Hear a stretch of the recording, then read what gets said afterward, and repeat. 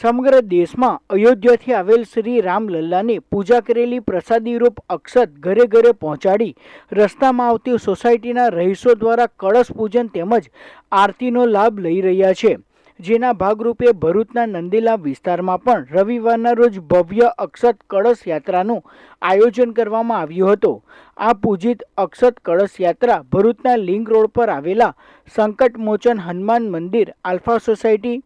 નીલકંઠનગર society, Mayur park, Mangalam society, Balaji society, Raghavnagar, Amidhara society, Ashray society, Jagannath મંદિર, Chamunda society, Ashirwad park, Neelamnagar, Jawaharnagar, Busa સોસાયટીમાં સમાપન કરવામાં આવ્યું હતું. આ અક્ષત કળશ યાત્રામાં